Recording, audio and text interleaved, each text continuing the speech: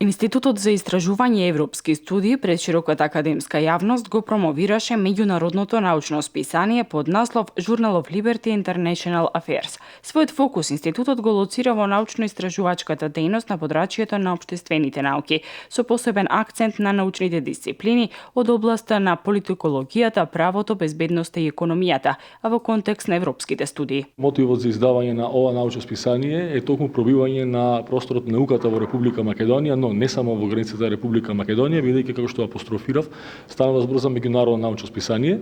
Самиот меѓународен карактер на ова списание го дава меѓународниот советодавен и програмски комитет на самото списание, кој што брои 35 научници ширум светот, од кои што представуваат 28 држави од ширум светот.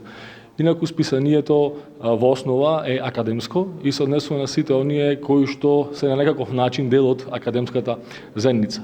Самото научно списание објавува оригинални научни трудови, објавува прегледни трудови, но исто така објавува така наречени Liberty Essays, како што ги нарекуваме, или слободарски есеи, меѓу другото рецензии на научни книги и рецензии на филмови кои што се политички ангажирани. Институтот има за цел спроведување и реализација на истражувања во делот на европските студии, организирање на школи, работилници, трибини и други активности, како модели на неформално образование, а во правец на афирмација и промоција на научно-истражувачката работа. Во ова една година постојање екзистенција, значи на списанието, имавме интензивна комуникација и вмрежување со многу институции, не само од регионот, туку и од Европа и пошироко. Значи ние имаме креирано партнерство со многу меѓународни институции, меѓу кои и невладини организации, и универзитети и научни институции, така што имаме еден широк спектар на кооперанти со кои што ги градиме партнерствата интензивно